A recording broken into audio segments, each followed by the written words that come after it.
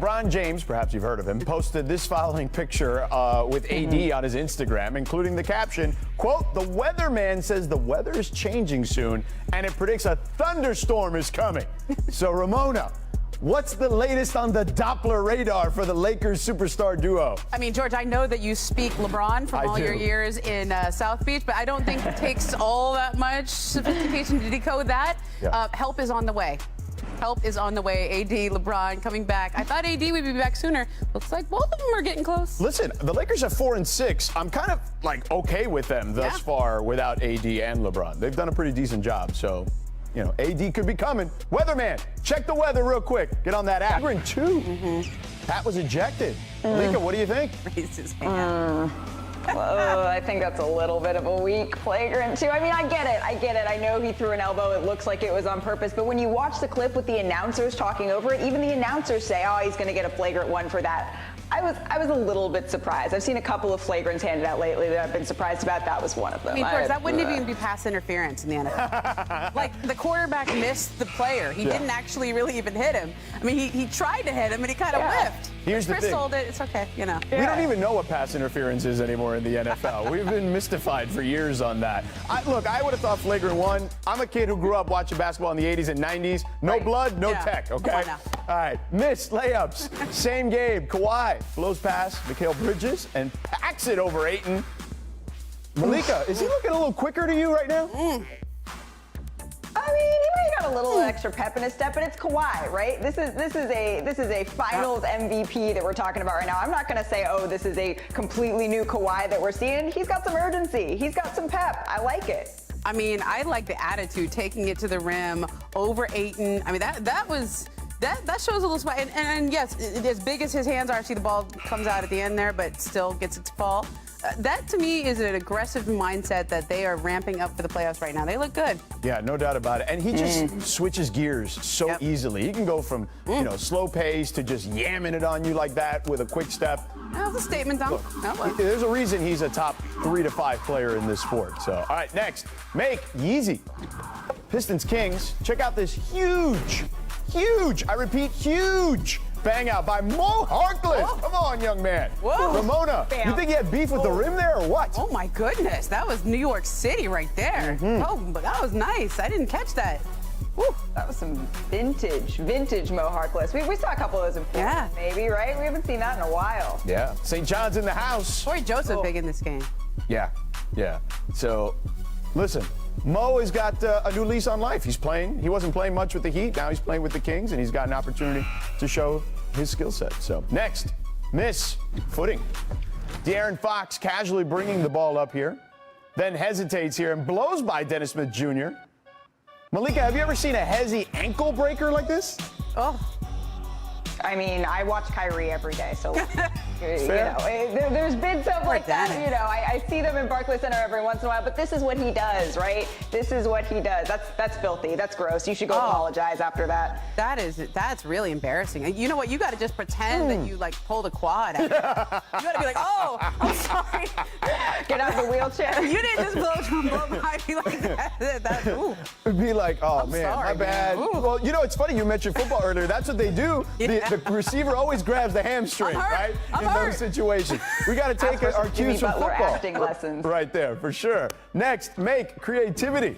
Bucks Mavs, Notre Dame alum Pat Connaughton throws a pass that bounces off Maxi Kleber, but finds its way to Bobby Portis, who had a huge game. Ramona, you think this was intentional? No, come on now. Bobby was just a little slow getting through there. And Bobby actually stops. Okay, you see, he stops before that pass comes in. Yeah. Instead of driving to the rim because it was a little late on the pass, and he's a little late diving to the rim. But okay, it works out. Okay, called it. Yeah. Let Planet Pat take a little bit of credit for him. If he wants to say, yeah, I planned all that, just let him have it. Just let him have this one. Just be like, all right, sure, that's fine. We'll just go with that. By the way, again, the Portis signing has been a really good one for the Bucks. I just want to make sure we reiterate that. All right, let's talk about the Brooklyn Nets. After missing 23 games with a hamstring injury, Kevin Durant came off the bench for only the second time in his career on Wednesday to drop a cool 17 points in just 19 minutes, where he was perfect from the field. So the Nets ended up routing the Pels and are currently a half game up on Philly for the top spot in the East. So let's take a look at KD and his absurd effectiveness when he's been healthy this season. Look at that. That's just crazy. So, Malika, what's the Nets' plan here to get KD back to full strength?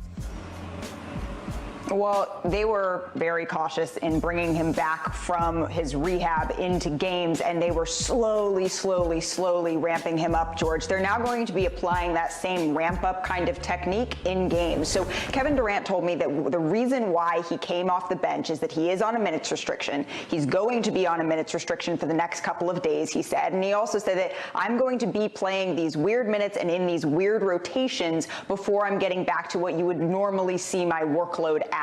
But the reason why they didn't just bring him off the bench, he didn't play the entire first quarter and the first several minutes of the second quarter. They wanted to make sure that if they needed him in a close contest down the stretch, they wouldn't have burned all of his minutes, because as you said, they're only a half game up on Philadelphia. They know what's going on and what this stretch of the season means to them. They're eyeing those standings. They want the #1 seed, even if they don't talk about it publicly all the time. This is a team that hasn't shied away from the fact that they want to win. And so for the next few games, Kevin Durant is still going to be on a minutes restriction. He's still going to be playing in a different role maybe than he would normally play, but that's intentional so that they can make sure that they have him available if they get in a tight spot late in games. That's an excellent point about not starting him so that he can be there at the end. Because I feel like I've done this show so many times where a star player's on a minutes restriction, they are not able to play in the fourth quarter or in overtime. Right. We go, oh, did the coach make a mistake? Should they have left him in there? Right? Yeah. Should they have ignored the minutes restriction? It's happened a few times with Zion last year. Oh, my God. Well, all we did was talk about that all with we Zion. did. Yeah. And that is a sophisticated way of approaching the minutes restriction, Brooklyn. Malika, I thought your report during the game where, like, he's not there because he needed more space on the sideline to warm up. I mean, that was crazy watching that game going, like, when is he coming in? Yeah. When is Kevin Durant? Is he going to play? I mean, they really had a good poker face about if he was going to start, how many minutes he was going to play. Like, that was, and I think it's easier to do in the in-person media access world.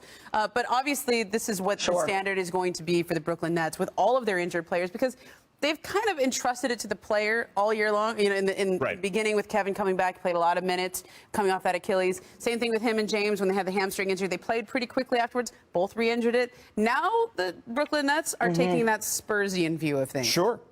Now, let me ask you this, because, look, clearly this Nets team has more firepower than the team I'm going to talk about. But last year, the Clippers, right? Yeah. We talked a lot about they only played 12 games together, right? And then in the playoffs, it'll work itself out. They'll figure it out. And it didn't happen. So, Ramona, how worried are you about the whole they haven't played enough games together thing? Yeah, there was a stat last night going around that they only played 7 games together, right? The only team that's won a championship where their top 2 players played with the fewest amount of games that they played together was 10. Right. Okay, 10, or the top 3 players was 10. So they need to get some on-court time, but these guys are so good. Yeah. And we forget, like, they have been playing together, played Team USA together.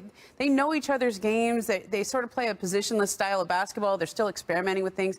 And the Eastern Conference is a place where the top 3 teams are here and everybody else is down here. I think they're going to be able to have some time to figure this out on the fly in the playoffs, as long as they're all healthy. So you're saying the conference is the biggest difference? Okay, Malika? Well, and that's something that the Nets have said. Steve Nash has said to me, ideally, in an ideal world, we would have been playing all season long together. If some first-year teams don't win, sometimes it's for no reason other than the fact that they haven't been battle-tested together as a group. And so he's acutely aware of that. He knows that at this point, it's sort of like we're going to have to deal with what we're going to have to deal with because this is the hand that we've been dealt. I asked Kevin Durant about this after last game, and he said that he's pretty confident just based on the way that these guys all play. The fact that he said, we're all, like Ramona said, we're positionless players. We're going to be able to build chemistry quickly. James Harden is very key to that. But the thing about that 7 games is, remember, one of them was that strange game against Toronto where Kevin Durant was in the game, then out of the game, then in the game, and out of the game.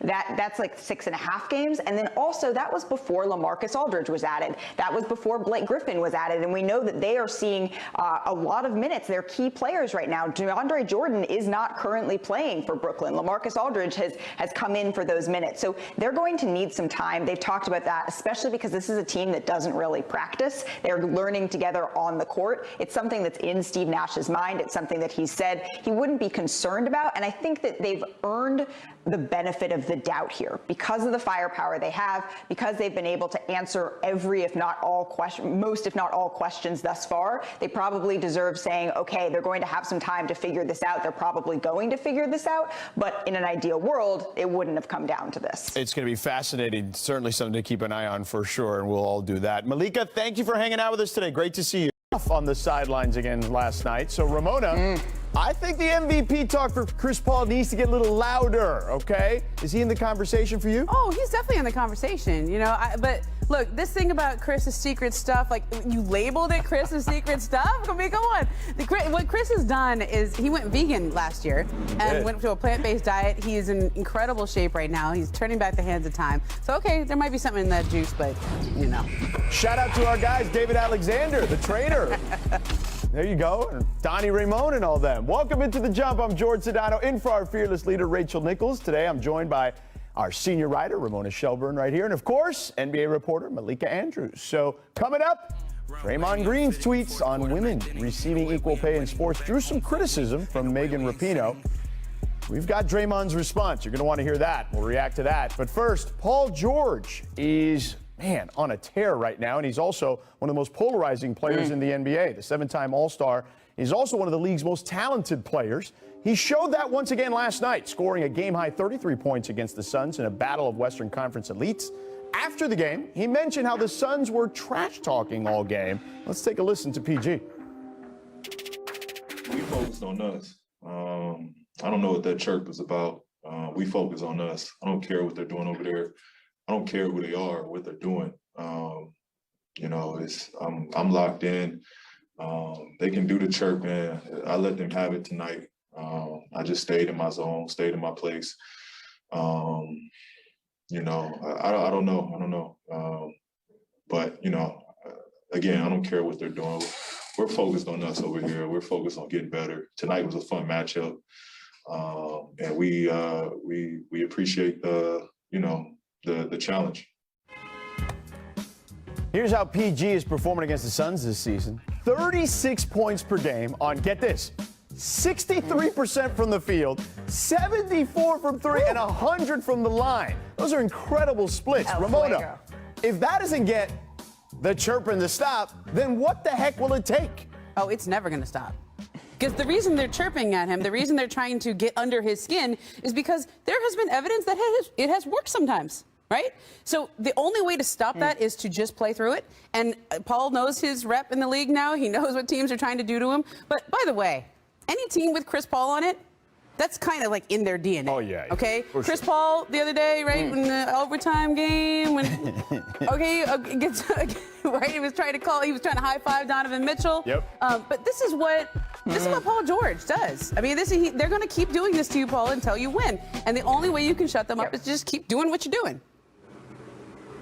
Yep. That is absolutely right. That's the only time that this is going to stop is when they win a ring. And that's probably how it should be, right? Because when you look at what happened with the Clippers last year, they fell short of a lot of people's, including their own expectations. When something like that happens, plus what Ramona mentioned, that combined history of perhaps being able to have that work a little bit, it's not going to stop. And also, why should it stop? We want to see this. This is what NBA fans want to see. They want a little bit of back and forth. It's entertaining. It's fun, but that's exactly what Paul George should be saying. I'm going to let them do the chirping because they still, as amazing as those numbers are, I believe the Clippers know that they still have something to prove after what happened last year. So you're not going to see them being out there, being the person who's hitting first, right? They're going to be focusing in on what they need to do because they remember, they know what happened. You know what's fascinating to me is, and Ramona, you probably were there too, but I remember covering those LeBron, Wade, Bosh teams, and they played the Pacers 3 times, okay? Once in the conference semis, twice in the conference finals.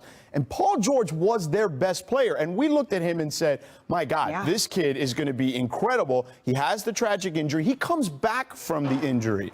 And look, it took him a little bit. He has built his game back up. Like, his game is still incredible, especially when you consider the type of injury he's dealt with. I understand the playoff part of this, but I feel like he is this close to just breaking through. If he just can have those playoff performances that we saw 7 or 8 years ago, Ramona, I think that all this stuff will be dispelled. Well, here's the thing about Paul. He's playing with an injured toe right now. And the only way that toe is going to get better is to rest. But they can't rest. And so he's out there playing night in and night out. And I think now they have one of the easiest schedules going forward in this last 20-something games of the year. So he may take a few games here to rest that toe as much as he can just to be ready for the playoffs. But he's been great. And the only way you clap back at people who are trying to get under your skin is to just go out and play. I don't even like that he acknowledged that they were chirping. I know that was the question that was asked of him, so he gave it an expansive answer.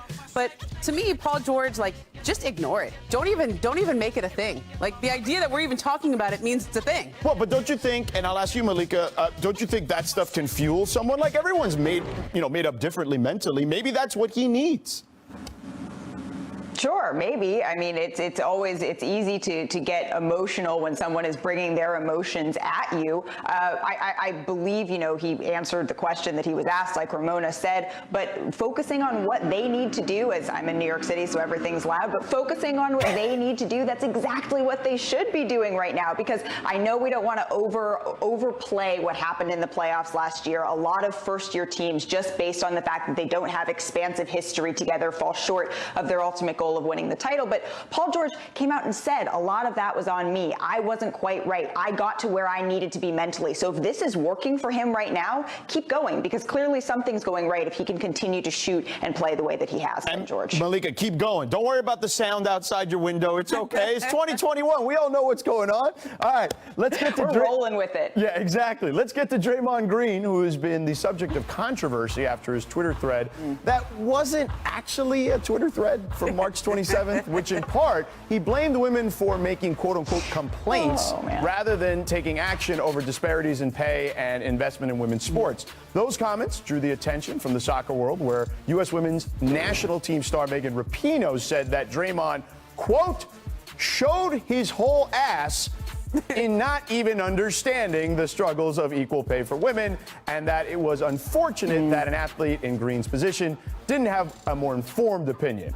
Green responded to Rapinoe and others yesterday. Let's take a listen. I saw what Megan Rapinoe said, and she said it's unfortunate of his view, that's his view. And, I think it's unfortunate that she thinks it's unfortunate that that's my view, because at the end of the day, what Megan wants and what I want is the same thing.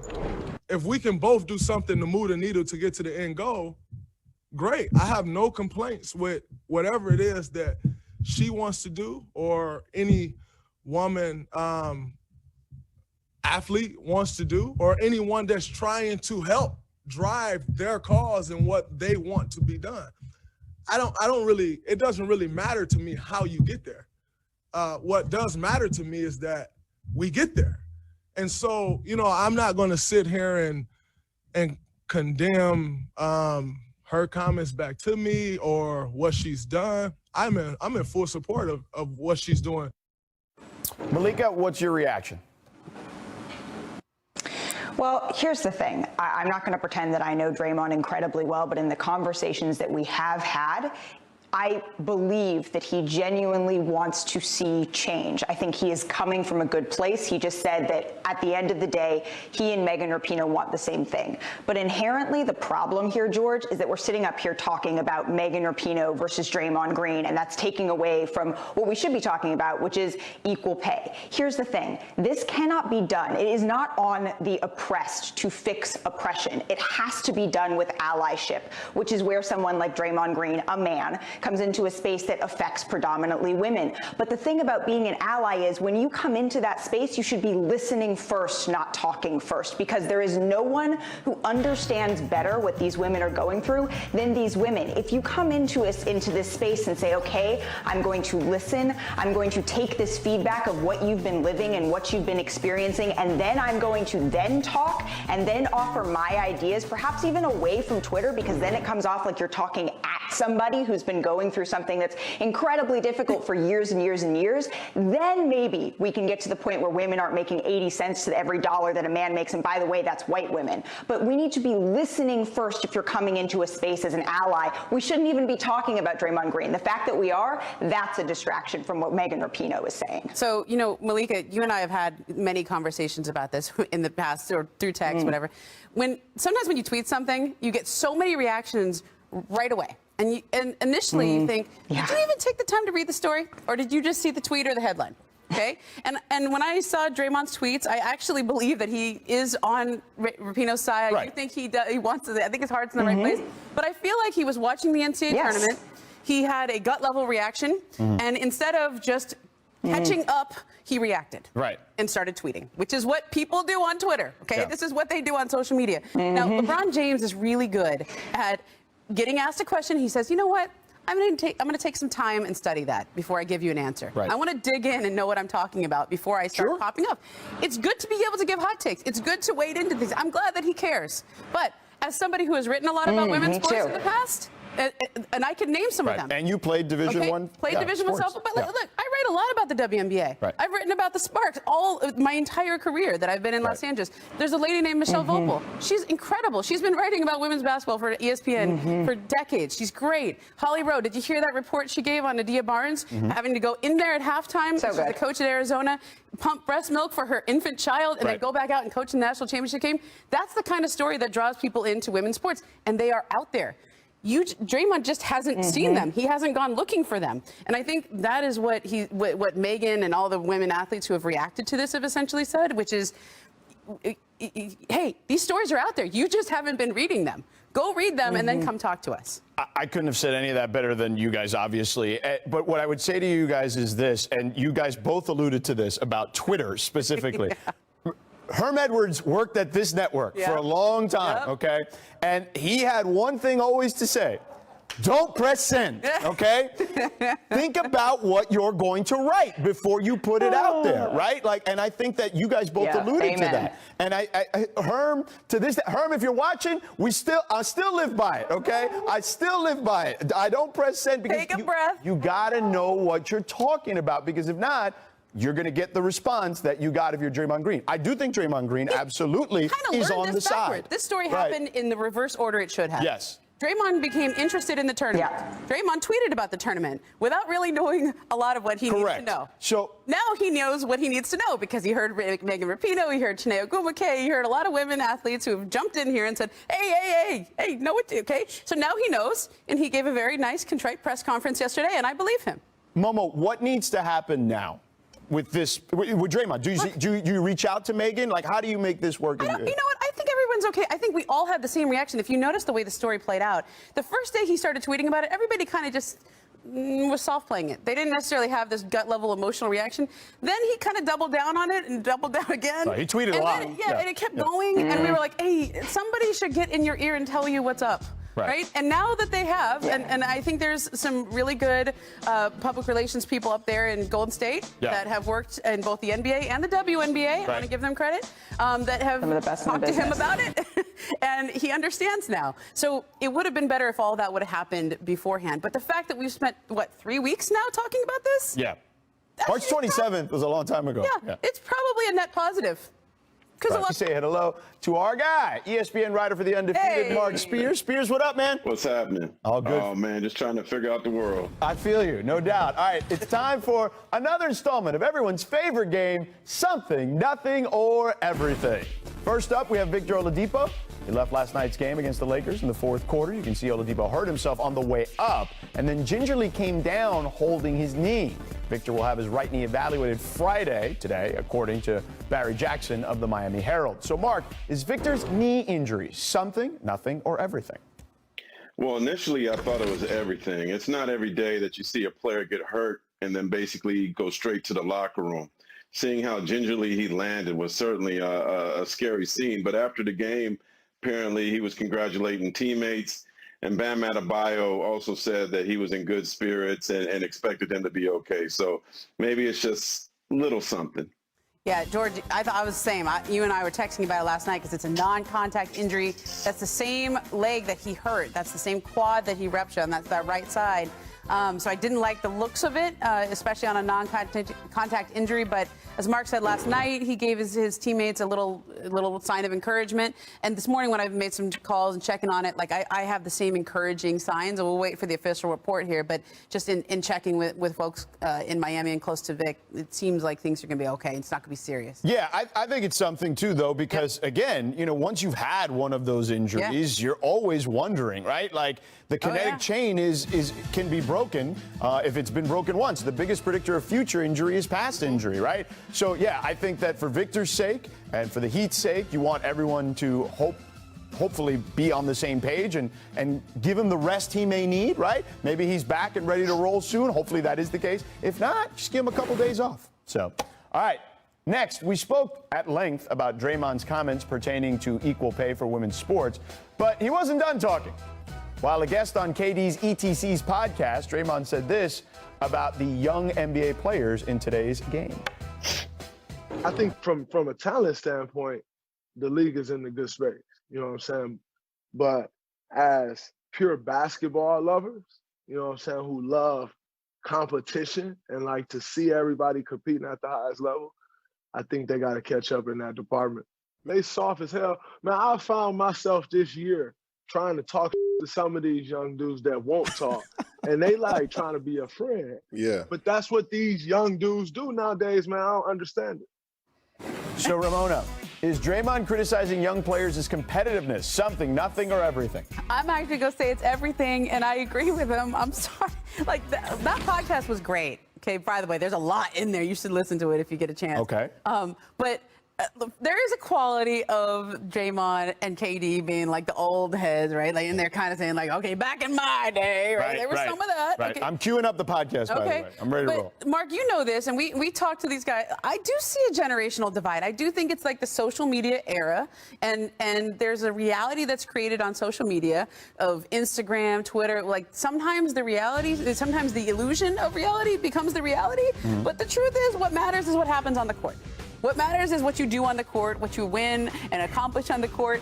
And I don't know how many people could actually take a Draymond trash talking. There's not many in this league that could weather that. Yeah. But to me, there is something to it, and they made a point to not paint everybody with the same broad brush. Okay, there are some young players they called. I think they said Ja Morant's good. He's okay. There's some young players, but that point about the social media and making that seem more important than actually winning games, that is something. And I know it's coaches are struggling with this. How do you connect with players who grew up completely differently than you?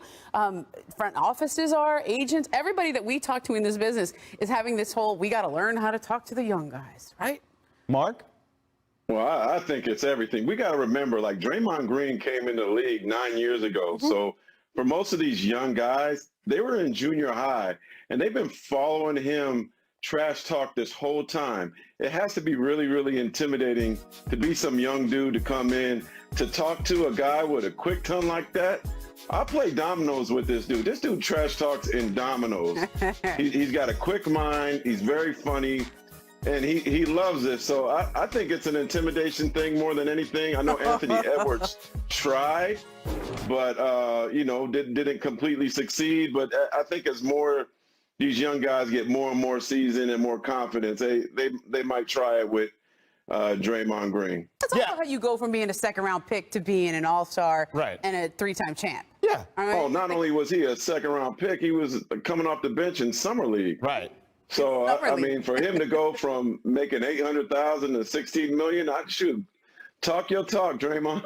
Yeah, and I'm with Mark. I think it is more of an intimidation thing more than anything. Yeah, I mean, after a great year, after a great run at the University of Arkansas, I'm glad I could be a part of restoring the winning tradition in my hometown. And I would like to hire an agent and enter my name into this 2021 NBA draft. Well, Moses, man, congratulations to you and your parents. I know everybody's excited.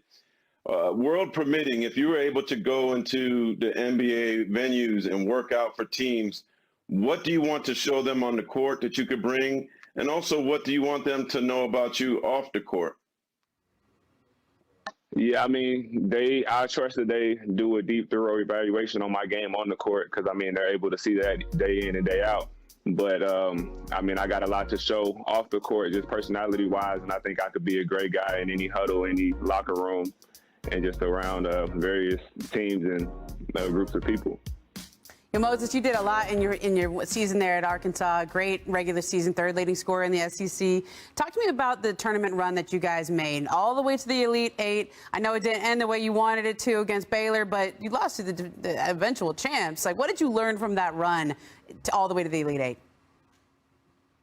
Yeah, I mean, me being a young guy on the team, we had some older guys that's been in the tournament, that's played in the tournament. And in the beginning, they just stressed, and my coaching staff stressed how hard it is to win games in the tournament. And we just stepped up to the challenge, and we were able to do that at a great rate. And we made it all the way to the Elite Eight, which is a great accomplishment. And then that, like I said, that's just sparking to restore the winning tradition in Arkansas. Because I mean, we made it all the way to the end in the past, and I feel like we'll be able to do it again in the future. You mentioned that coaching staff. Your coach, Eric Musselman, obviously coached in the NBA, and you also played for Bradley Beal's AAU team. What was that